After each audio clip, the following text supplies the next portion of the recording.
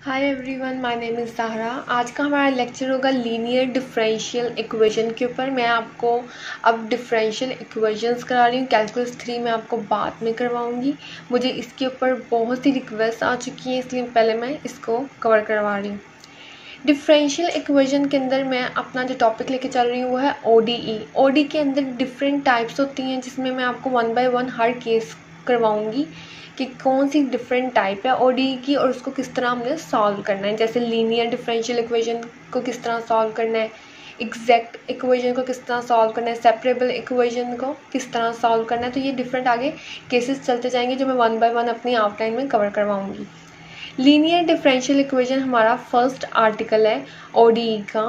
Linear first order differential equation भी हम इसे कहते हैं। लीनियर डिफरेंशियल इक्वेशन की फॉर्म क्या होती है और किस तरह हम उसको सॉल्व करेंगे और उसकी एग्जांपल मैं आज के लेक्चर में आपको कवर करवाऊंगी। सबसे पहले लीनियर डिफरेंशियल इक्वेशन का मतलब क्या है। लीनियर से ही पता चल जाता है कि इसमें फर्स्ट ऑर्डर डेरिवेटिव यूज हो रहा है, तो लीनियर फर्स्ट ऑर्डर डेरिवेटिव होगा। इसकी फॉर्म किस तरह होगी। ये एक ऐसी डिफरेंशियल इक्वेशन होती है जिसकी फॉर्म कुछ इस तरह होती है, dy और dx प्लस pxy। तो जैसे मैं यहाँ पे x को लेके चल रही हूँ, तो आप अगर कोई बुक करें, फॉर एग्जांपल आप थॉमस का या स्टीवर्ट करें, कुछ भी कोई बुक कर रहे हैं, तो उसमें t यूज्ड हो रहा है, तो आपने कंफ्यूज नहीं होना, आपने जस्ट कंसेप्ट लेके चलना है। वेरिएबल्स चेंज हो जाएंगे, उसमें कोई मसला नहीं है, लेकिन आपका कंसेप्ट सही होना चाहिए। अगर आपके पास एक डिफरेंशियल इक्वेशन है जो x के अकॉर्डिंग है, डेरिवेटिव उसका लिया जा रहा है और y फंक्शन के साथ, यानी डिपेंडेंट और इंडिपेंडेंट में आपने चले जाना है। डिपेंडेंट फंक्शन है और इंडिपेंडेंट उसके साथ मल्टीप्लाई हुआ हुआ है। यहाँ पे भी इंडिपेंडेंट का जो फंक्शन है वो एक मल्टीप्लाई हुआ हुआ है। तो आपने ये देखना है कि ये एक लीनियर डिफरेंशियल इक्वेशन है। अगर ये लीनियर डिफरेंशियल इक्वेशन है तो इसके कुछ स्टेप्स होंगे जो हम फॉलो करेंगे इसको सॉल्व करने के लिए। सबसे पहले हमें क्या चाहिए होगा, इंटीग्रेटिंग फैक्टर, जिसे हम कहते हैं UX। इसको हम कहते हैं इंटीग्रेटिंग फैक्टर। ये हमें चाहिए होता है अगर हमने linear first order differential equation को सॉल्व करना है, तो हमें इंटीग्रेटिंग फैक्टर चाहिए ही चाहिए। लेकिन अब इंटीग्रेटिंग फैक्टर होता क्या है, हम इसको फाइंड आउट हर इक्वेशन का किस तरह करेंगे, इसका एक फॉर्मूला है। ये फॉर्मूला आपने याद रखना है। अगर आपको इंटीग्रेटिंग फैक्टर चाहिए किसी भी डिफरेंशियल इक्वेशन का, तो आपने क्या करना है,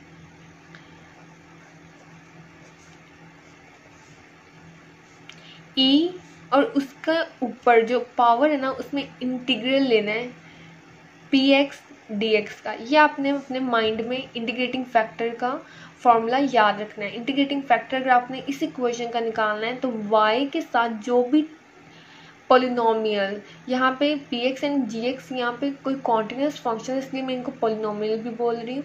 कॉन्टिन्यूस फंक्शन हो जिसके अंदर कोई ब्रेक ना हो, जैसे मैंने आपको बताया था अपने फर्स्ट लेक्चर्स के अंदर। मैंने जो आपको कैलकुलस 1 का फर्स्ट लेक्चर दिया था, उसमें मैंने बताया था कि कॉन्टिन्यूस फंक्शंस क्या होता है। तो यहाँ पे px और gx कॉन्टिन्यूस फंक्शन भी हैं। तो px को आपने इंटीग्रेशन लेनी है इसकी, और जो भी इंटीग्रेशन का रिजल्ट होगा वो e की पावर में आ जाएगा, तो वो हमारे पास जो आंसर होगा वो इंटीग्रेटिंग फैक्टर होगा। आगे ये इंटीग्रेटिंग फैक्टर हम जब सोल्यूशन निकालेंगे तो उसमें यूज़ करेंगे। ये थी लीनियर डिफरेंशियल इक्वेशन की फॉर्म। इसको सॉल्व करने का तरीका क्या होगा, इंटीग्रेटिंग फैक्टर चाहिए होगा और इसका सोल्यूशन किस तरह हम निकालेंगे। तो सोल्यूशन निकालने के लिए आपने ये वाला फॉर्मूला जहन में रखना है, y is equal to 1 over integrating factor integral of integrating factor का प्रोडक्ट किसके साथ, gx के साथ, dx plus c।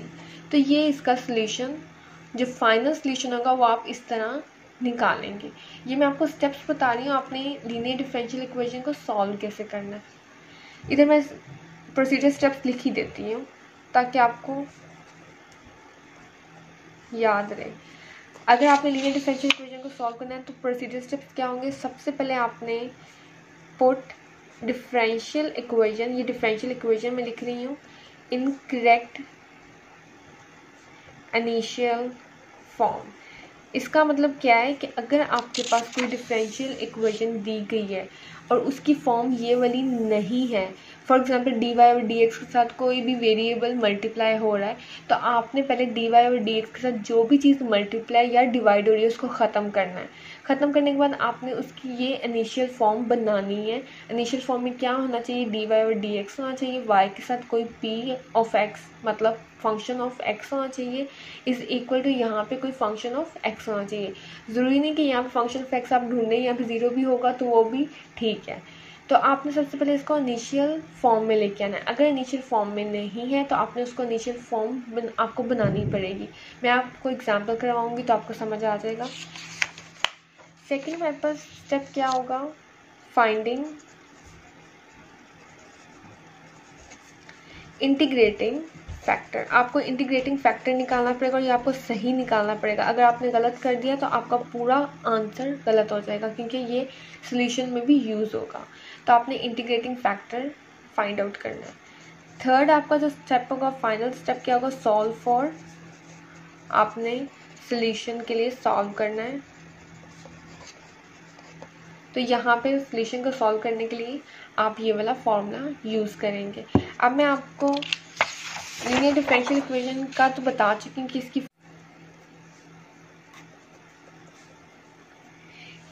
Solve the following differential equation. आपको एग्जांपल ये आएगी कि सॉल्व द फॉलोइंग या फिर सॉल्व द डिफरेंशियल इक्वेशन। अब आपने सबसे पहले ये देखना है कि क्या ये डिफरेंशियल इक्वेशन लीनियर है।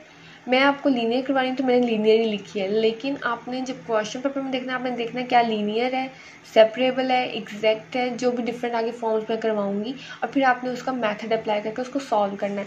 यहाँ पे मैंने आपको जो डिफरेंशियल इक्वेशन दी है वो एक लीनियर डिफरेंशियल इक्वेशन है।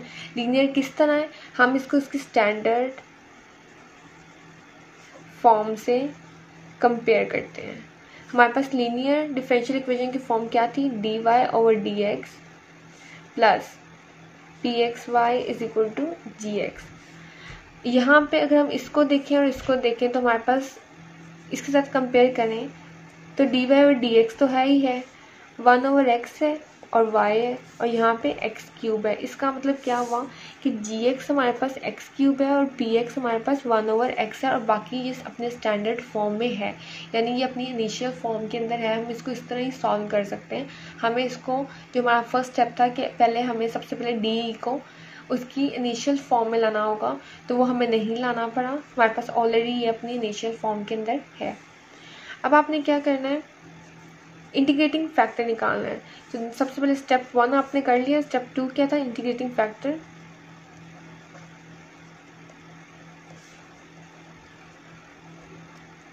इंटीग्रेटिंग फैक्टर निकालने का मैंने अभी आपको फॉर्मूला बताया क्या था, ई उसकी जो पावर होगी वो उसमें integral P x D x होगा। तो यहाँ पे आप ले लें ई पावर में इंटीग्रल, इंटीग्रल के अंदर क्या होना है, पी एक्स डी एक्स। अब आप अपनी एग्जाम्पल देखें, इस फॉर्म को देखें, इसमें पी एक्स किसके इक्वल है, 1 ओवर एक्स के। तो आपने यहाँ पे पी एक्स की जगह 1 ओवर एक्स डी एक्स लिखना है। अब जैसे हम इंटीग्रेशन लेते हैं, 1 ओवर एक्स की इंटीग्रेशन क्या होती है, log एक्स। तो हम यहाँ पे यूज़ करेंगे ई log एक्स या फिर नेचुरल जो यहाँ पे log यूज़ हो रहा है। ई से एल एन हमेशा कट जाता है तो हमारे पास क्या रह जाएगा, एक्स। तो हमारे पास यू एक्स क्या आ जाएगा, इंटीग्रेटिंग फैक्टर एक्स आ जाएगा। तो यहाँ पे हमारे पास आ गया इंटीग्रेटिंग फैक्टर। अब हमने क्या करना है, थर्ड स्टेप हमारा क्या था कि हमें सॉल्व करना है फॉर वाई। तो अब हमें पता है सॉल्यूशन क्या होता है, solution will be y is equal to 1 over integrating factor integration integrating factor product with G X D x plus C, और यहाँ पे भी ब्रैकेट और यहाँ पे भी ब्रैकेट। यहाँ पे आपने ब्रैकेट्स लाजमी लगानी है। अगर आप ब्रैकेट नहीं लगाएंगे तो इसका मतलब क्या होगा कि यहाँ पे जो इंटीग्रेटिंग फैक्टर है जस्ट इसके साथ मल्टीप्लाई होगा, सी के साथ मल्टीप्लाई नहीं होगा, तो आंसर गलत हो जाएगा। इंटीग्रेटिंग फैक्टर इसके साथ भी मल्टीप्लाई होगा जो भी इसका आंसर आएगा, और ये सी के साथ भी मल्टीप्लाई होगा। इसलिए हम यहाँ पे ब्रैकेट लगाते हैं कि दोनों का जो समीशन है इन दोनों के साथ ये चीज़ मल्टीप्लाई होगी। हम इसको आगे सॉल्व करते हैं। जैसे आपने वैल्यूज पुट करनी है, y will be equal to 1 over, हमारे पास इंटीग्रेटिंग फैक्टर क्या था x, तो हम इंटीग्रेटिंग फैक्टर x को यहाँ पे यूज़ करेंगे 1 over x integral x, gx हमारे पास क्या था x क्यूब, तो हम gx हमारे पास क्या था x क्यूब, तो हमने gx को यहाँ पे यूज़ करना है x cube dx plus c। बहुत ही इजी सवाल है, जो मैंने आपको स्टेप्स बताए बस आपने उसके ऊपर इनको सॉल्व करते जाना है।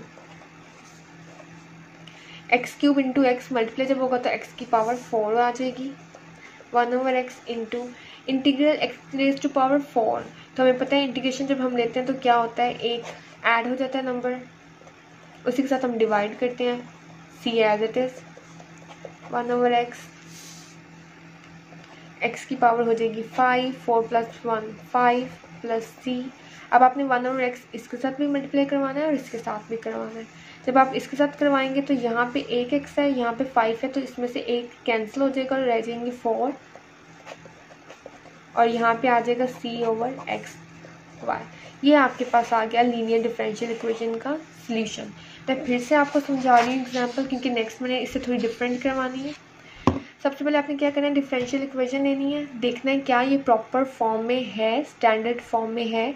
अगर है तो आपने पी एक्स और जी एक्स फाइंड आउट करना है कि पी एक्स क्या है और जी एक्स क्या है। फिर आपने पी एक्स को यूज़ करके इंटीग्रेटिंग फैक्टर निकालना है, और निकालने के बाद सोल्यूशन में आपने इस फॉर्म में जहाँ जहाँ जो जो चीज़ पुट करनी है पुट करके उसको जस्ट सॉल्व करना है, तो आपके पास फाइनल आंसर आ जाएगा। ये ईजीएस्ट वे है लीनियर डिफरेंशियल इक्वेशन को सॉल्व करने का। अब मैं आपको करवाऊंगी इससे रिलेटेड एक और एग्जाम्पल, लेकिन वो इस तरह की होगी जिसमें उसकी प्रॉपर इनिशियल फॉर्म नहीं हो। नेक्स्ट हमारे पास example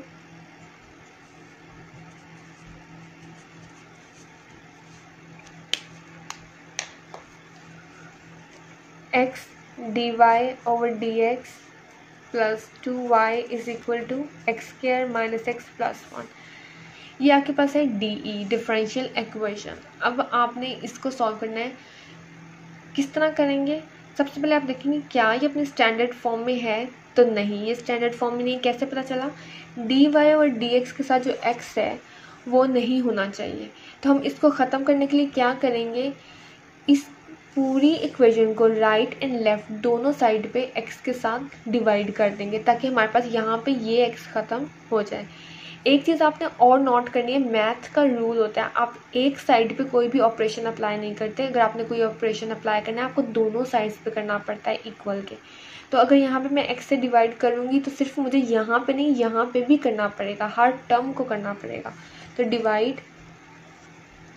dividing by x on both sides.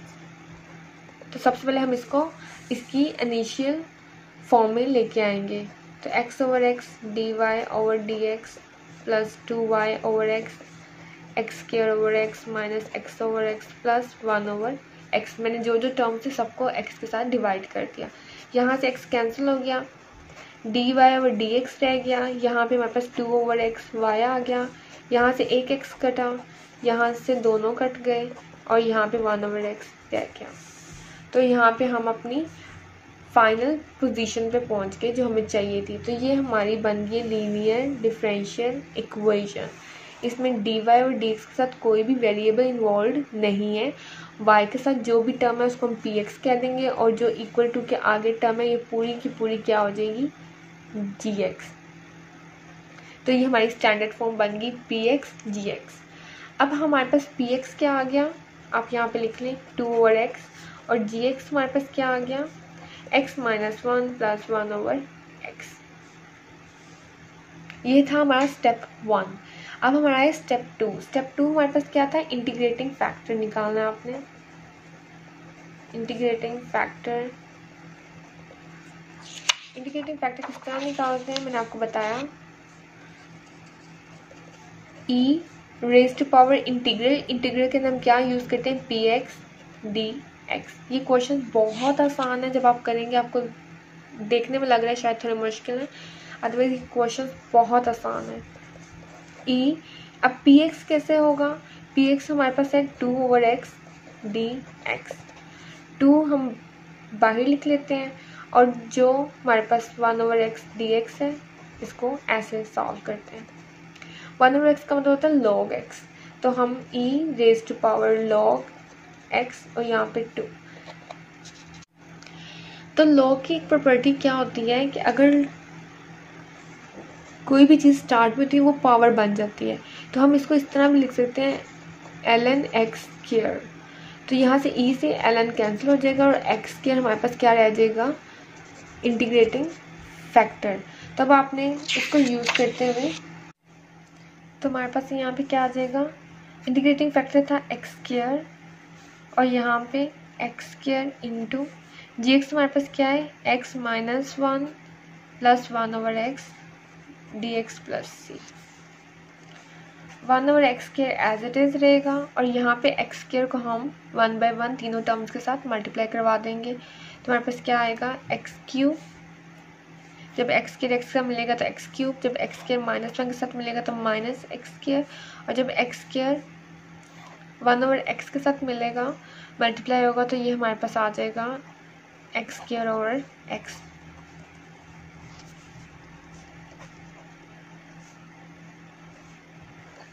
x³ minus x² plus x dx plus c। इसको अब आगे हम सॉल्व करते हैं तो हमारे पास क्या आ जाएगा, 1/x²। इंटीग्रेशन x³ की क्या होगी, x⁻⁴/4, x² की हो जाएगी x³ और x की हो जाएगी x²/2 प्लस c।